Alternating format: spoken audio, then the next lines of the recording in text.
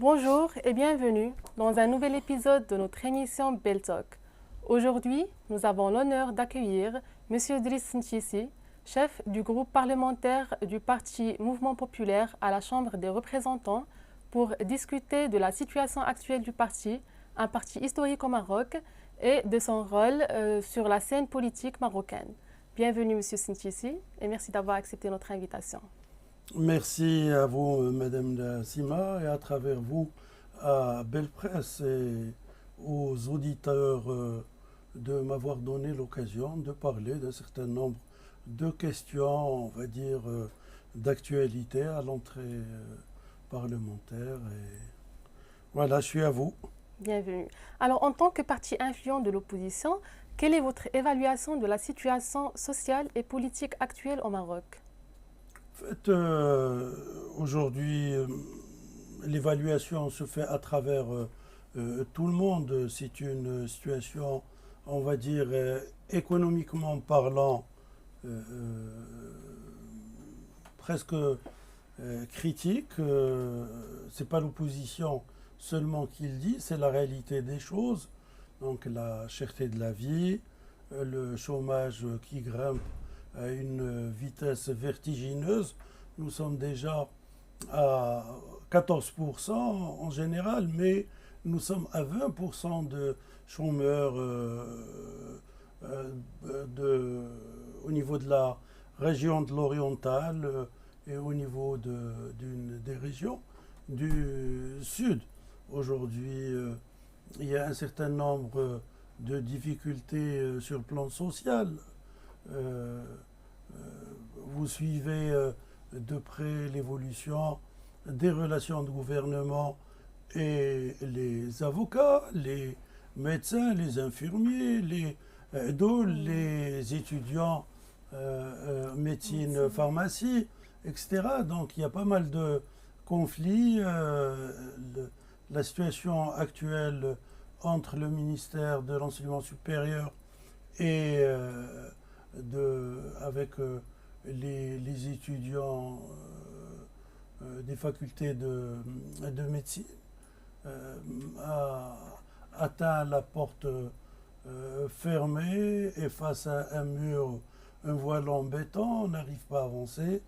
Et ça fait 10 mois que ça dure, donc on perd pratiquement l'année. Je pense que face à toutes ces situations, euh, on peut dire que il y a une crise. Cette crise est censée trouver sa solution auprès de monsieur le chef de gouvernement qui est censé arbitrer, par exemple, au niveau des étudiants en médecine, l'article de 57 de la loi cadre est très clair.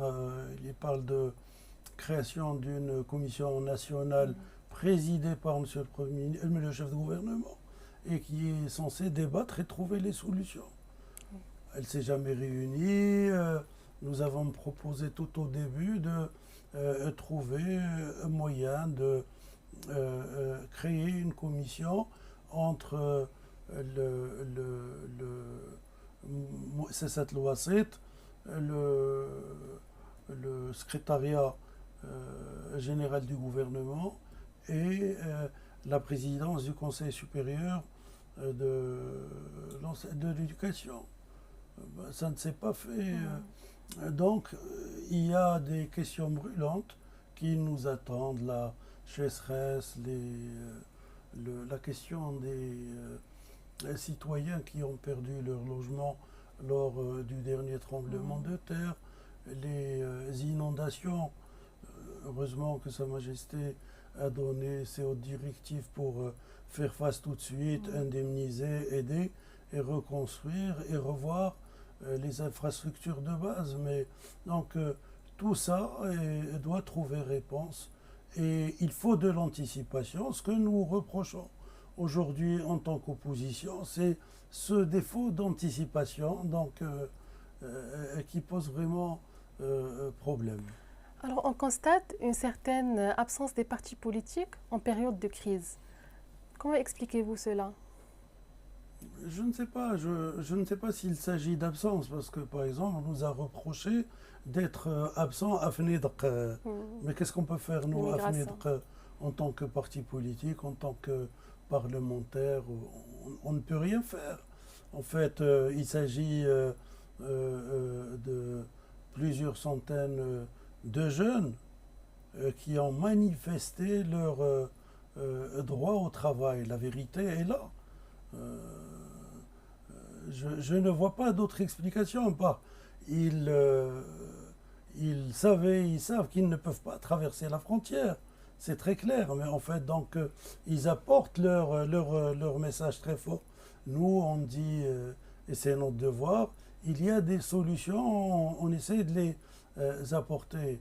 L'absence totale en dehors du ministère de l'Intérieur qui était là pour jouer son rôle de sécurité. Bien sûr, nous sommes contre tout usage de force mais en fait, en même temps, il faut trouver la solution parce qu'on ne peut pas laisser nos frontières comme ça traversées de manière ou d'une autre par ces jeunes ou par d'autres.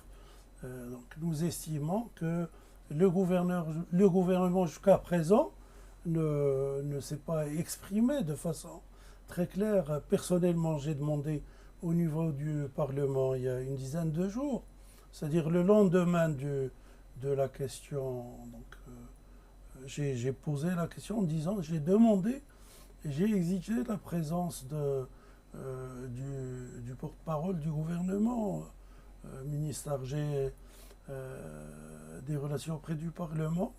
On avait une occasion, la commission d'éducation, on débattait un projet de loi concernant le cinéma et les centres cinématographiques marocains, tout au début, et un point d'ordre en disant, écoutez, nous on exige à ce que le ministre en question soit présent également avec nous pour nous donner une explication à tout ce qui se passe. Il n'a pas répondu présent. Après, on a vu le jeudi quelques phrases par-ci par-là, mais dans le fond, on n'a pas eu de réponse. Maintenant, on sait que nos jeunes, ceux qui sont âgés de, on va dire, 15 ans à 24 à peu près, à 24 ans, sont censés être dans des écoles. Ils n'ont pas eu la chance de continuer leur étude pour diverses raisons. D'abord le préscolaire qui n'existait pas du tout. Lorsqu'ils ont commencé leur étude primaire, leur scolarité primaire, avec des enfants parfois qui ont fait le préscolaire 2 ou 3 ans. Donc il y avait une différence et donc aucune égalité de chance.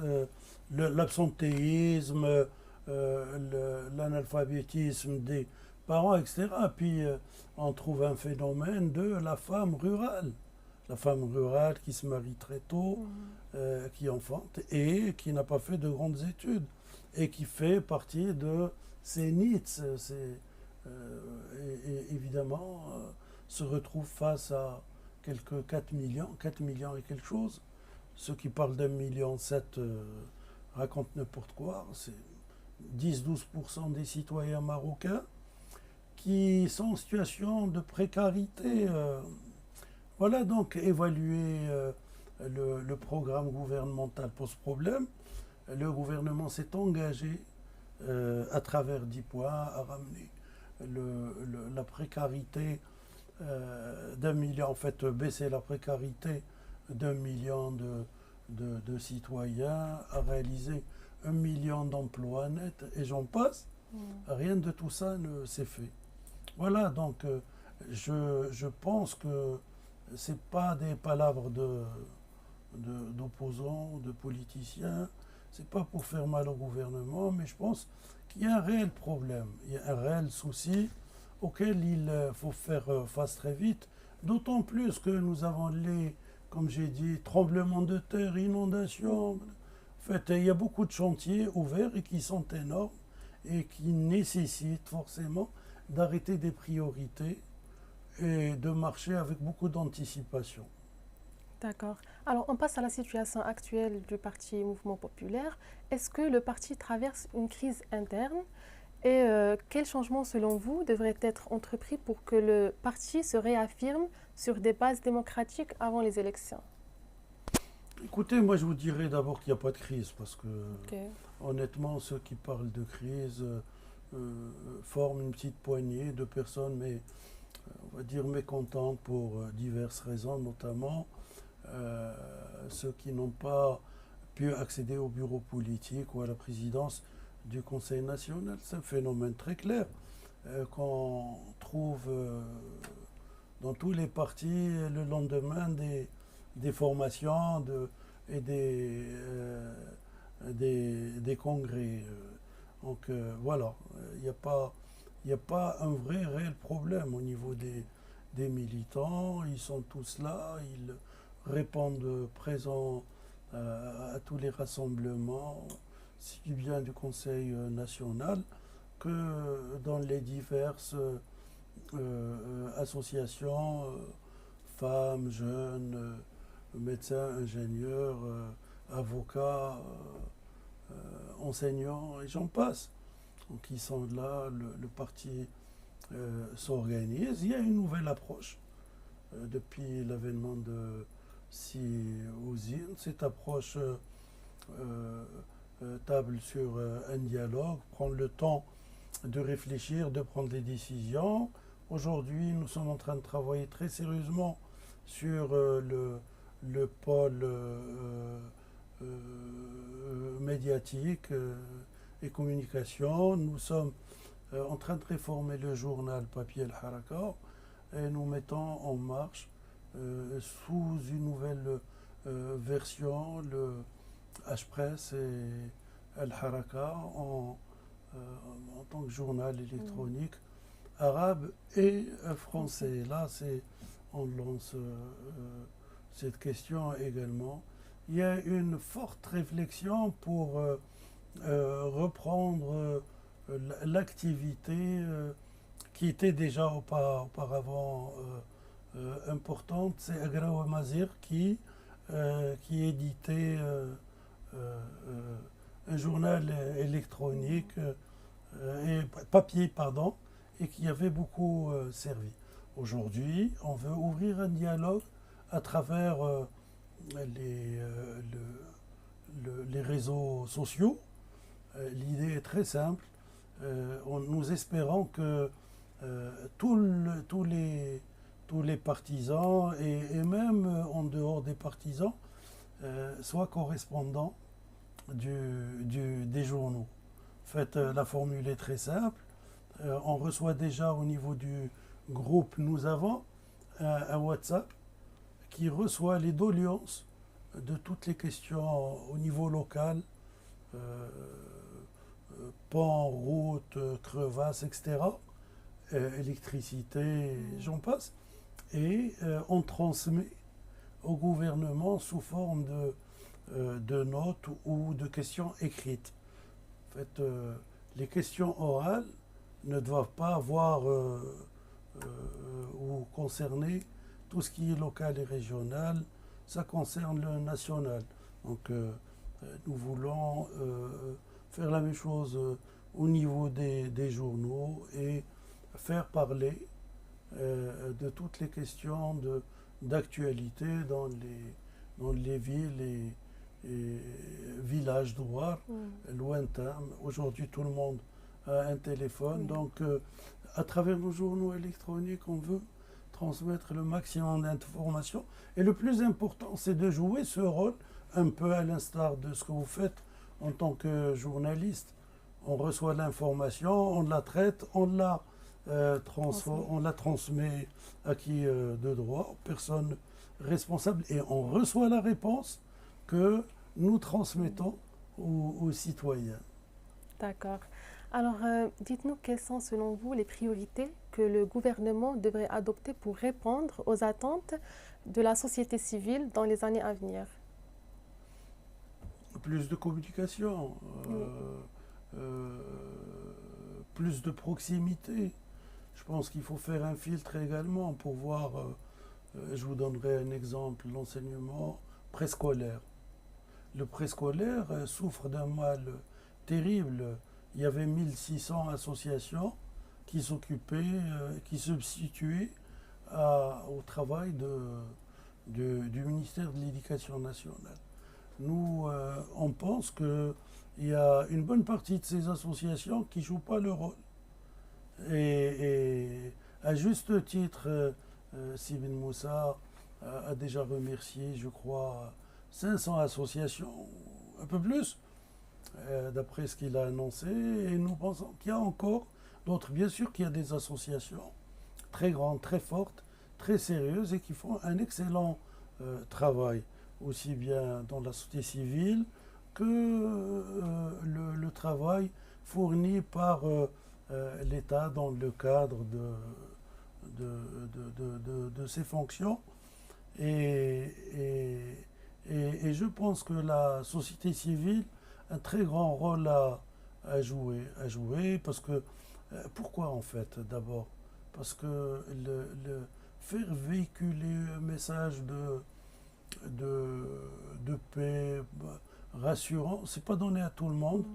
Et si on construit des relations sérieuses entre gouvernement et société civile à travers des personnes solvables, on peut éviter tout ce qui est fake news, tout ce qui est mauvaise information et malheureusement qui se propage très vite de nos jours. Donc de ce côté-ci, il y a un travail, il ne faut pas nier, c'est pas parce que nous sommes à l'opposition qu'on va dire qu'il n'y a rien. Sauf que cette approche est plus financière. On donne de l'argent et on dit, on comptabilise. Vous allez vérifier d'ailleurs sur aussi bien les programmes politiques des dernières élections qu'au niveau du programme gouvernemental, on parle plus d'argent que d'autres choses. Donc on a promis aux uns 2500 dirhams par mois, les autres 500, les autres 1000. Mais en fait, ils ont perdu leur cartable en cours de route. En fait, leurs enfants ont perdu. Vous voyez ce que je veux dire? Où c'est qu'ils vont trouver l'argent pour aller acheter le cartable et ce qu'il y a dedans? Ils n'ont pas les moyens. Donc, je crois qu'il faut réfléchir mûrement avant de prendre des décisions. Et la société civile a un grand rôle à jouer. Moi, je vois par exemple l'expérience française en matière d'économie solidaire et sociale. Honnêtement, c'est l'État. C'est un pays où il y a plus d'associations que de sociétés, je crois, de commercial, de droit commercial.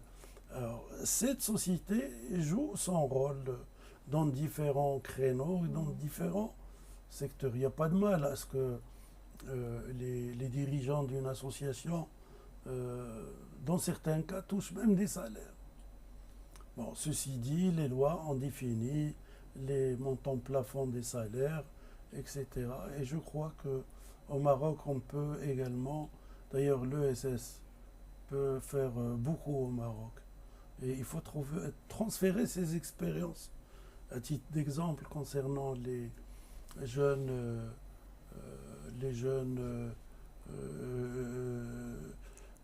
citoyens qui ont essayé d'aller vers FNIDQ, en fait, eux, qu'est-ce qu'ils cherchent? Ils cherchent de l'emploi et ils cherchent à attirer l'attention du gouvernement. Et c'est qui ces jeunes? Ce sont les NEETs. Ce sont des jeunes qui n'ont pas eu la chance de terminer leurs études, de les continuer pour plusieurs raisons. Je prends un exemple qui est très important, qui est très porteur. En France, il y a depuis 1981 les zones d'éducation prioritaire, les ZEP, et il y a les réseaux également, les REP, les réseaux d'éducation prioritaire. Ce sont des zones où la société civile va jouer un très grand rôle. Ce sont les diverses associations qui organisent les écoles de seconde chance. Donc, ils donnent la possibilité aux jeunes qui n'ont pas pu sur leurs études après 2-3 ans, de revenir aux classes et donc de faire leur parcours normalement. À un moment donné, s'ils veulent même réintégrer l'école normale, publique, ils peuvent. Mais en fait, nous les orientons vers la formation professionnelle. Laissez-moi, madame, vous dire que le problème est que nos jeunes qui vont faire de la formation professionnelle, même s'ils y vont, le problème est qu'à la fin de leur parcours, à l'obtention du diplôme, ils vont s'inscrire de nouveau dans les diverses facultés pour aller encore faire des études, obtenir une licence, voire un master ou un doctorat. Pourquoi? En attendant de trouver un emploi, ils essayent de survivre. Je dis bien survivre avec leur bourse, mais ils essayent également de passer tous les concours, tous les examens, etc. Donc, la société civile a permis dans le modèle français dont je vous parle, d'éliminer les zones d'éducation prioritaire et de les transformer en réseau, ce qui a permis à la société civile d'intervenir. Voilà. Donc il y a des modèles, il faut faire du benchmarking, il faut aller chercher les modèles et il faut encourager la petite et très petite entreprise. Il faut les encourager, les aider et leur donner les moyens. Alors, au Maroc, c'est le contraire qui s'est produit il y a 3 ans. Les petites entreprises, personnes physiques ou morales, ceux qui gagnaient jusqu'à 300 000 dirhams, payaient 10% d'impôts. On les a augmentés à 20%. Pourquoi? On ne comprend même pas. Et ceux qui gagnent ou gagnaient jusqu'à 10 millions de dirhams, 1 million d'euros, 1 million de dollars, etc. 10 millions, c'est 10 millions d'euros. Eux, on les a ramenés à 20% au lieu de 30% d'impôts. Alors, on ne peut pas parler d'État social et prendre les riches et baisser leur impôt de 30 à 20%.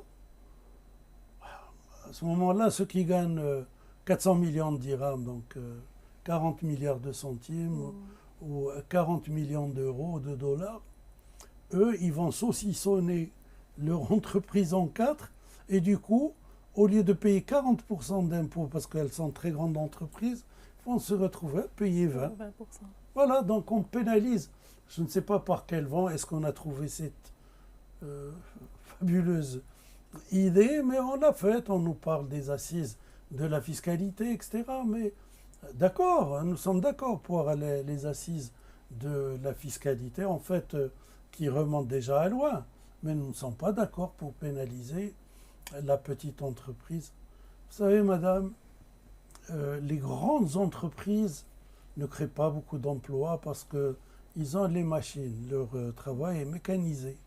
Les petites et très petites entreprises créent beaucoup d'emplois parce qu'elles ne sont pas mécanisées, elles n'ont pas de machines, c'est du travail généralement qui est fait manuellement.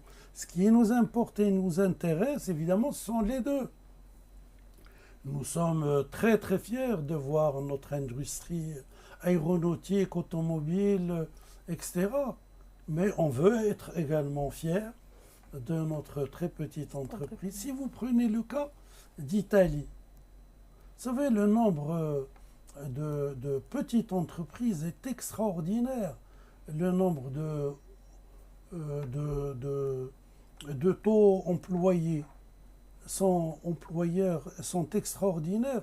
Aujourd'hui, on a créé l'auto-entrepreneuriat et on les a imposé 1% sur le chiffre d'affaires, ce qui est déjà beaucoup parce que si vous convertissez le 1% sur le chiffre d'affaires, il équivaut à 10-12% du bénéfice. Et qu'est-ce qu'on a dit l'année dernière? Ils ont dit ceux qui ont un client et qui réalisent plus de 80 000 dirhams de chiffre d'affaires passe de 1% à 30%. Vous avez déjà vu, vous réalisez quelqu'un qui est auto-entrepreneur, vous, moi, n'importe qui devient entrepreneur, auto-entrepreneur, qui achète une caméra, qui va faire du travail, qui a un client et qui doit passer de 1 à 30%. C'est une aberration. Si vous prenez d'autres pays, ils ont trouvé solution. Les auto-entrepreneurs sont censés avoir plus qu'un client pour ne pas transformer l'auto-entrepreneuriat en salarié déguisé. Mais en aucun cas, on augmente un impôt de 1 à 30%. Alors, juste pour finir, quelle autre initiative ou réforme envisagez-vous pour renforcer la démocratie et améliorer la situation sociale au Maroc? Écoutez, il y a plusieurs actions. D'abord, il y a les actions dont je viens de vous parler. Il faut à tout prix, en parallèle à la loi cadre d'investissement qui a concerné les grandes entreprises censées investir 50 millions de dirhams et plus, et à qui on octroie des aides qui vont jusqu'à 30%. Maintenant, vous allez dans un espace lointain, du moins loin, pardon, pas lointain, et vous payez, c'est-à-dire vous recevez 30% d'aide. À Rabat, c'est plus ou moins 13, Salé, c'est plus ou moins 15, etc. Aujourd'hui, nous, on propose de faire très vite et de passer une loi tout de suite qui va donner les mêmes encouragements aux entreprises qui vont investir 3 millions de dirhams et plus. Alors, à nous trois, qu'est-ce qu'on doit faire pour créer une entreprise? On va considérer qu'elle nécessite 3 millions de dirhams. 3 millions de dirhams, l'apport personnel, on va mettre 330 000 dirhams chacun. Ça dépend de la répartition. Ça fait 1 million de dirhams. Le deuxième million de dirhams, c'est l'aide de l'État. Et le troisième million de dirhams, c'est le crédit bancaire à taux bonifié. Voilà. Et le tour est joué. Pourquoi est-ce qu'on ne le fait pas? On ne comprend pas. Franchement, nous, si on avait la décision, on aurait tout de suite mis en œuvre cette question qui va faire tourner malheureusement. Aujourd'hui, c'est le contraire qui se produit. Les petites entreprises et très petites, depuis qu'on a parlé de 20% d'impôts, donc celui qui payait 30 000 dirhams d'impôts, maintenant, il paye le double. Il y a ceux qui ferment, qui vont travailler au noir. Les auto-entrepreneurs, ils ont rendu leur carte et annulé leur activité, ils continuent à travailler au noir. Donc on n'arrange pas les choses, au contraire, il ne faut pas les rendre compliquées. Elles sont suffisamment et assez compliquées comme ça. Alors c'est la fin de notre épisode. Est-ce que vous aimeriez ajouter quelque chose, Monsieur Driss Ntiessi? Écoutez, moi je pense qu'il faut faire très vite, il faut agir très vite parce qu'il y a des citoyens qui ne peuvent pas supporter le froid. Nous vivons dans des villes qui ont un climat déjà clément, il y a la clim, il y a le chauffage, et j'en passe. Il faut tout faire pour créer de l'emploi, il faut revoir la cherté de la vie, et pour ce faire, il faut commencer par revoir les prix des carburants. Je n'ai rien contre Serhnoch, il ne faut pas penser que ça le touche personnellement. On paye trop d'impôts sur les carburants. Il faut réviser ces impôts à la baisse pour rendre accessibles tous ces produits nécessaires, carburant, fuel, etc. Et ça va se répercuter certainement sur les prix de vente des fruits et légumes. Aujourd'hui, on augmente le gaz, mais on sait très bien que les agriculteurs utilisent beaucoup de gaz. Et je dirais qu'il faut revoir également le coût de l'intervention des marchés de gros dans les villes. On les taxe à 7%, c'est énorme. Donc imaginez qu'on baisse à 1%. C'est vrai que les collectivités locales ne vont pas faire les 6 points, donc ne vont pas faire cette marge, parce qu'ils aillent la chercher ailleurs. pour ne pas pénaliser les citoyens qui n'ont déjà pas les moyens. Voilà, donc c'est une des mesures qu'on peut mettre en œuvre et qui ne nécessite pas de grandes lois.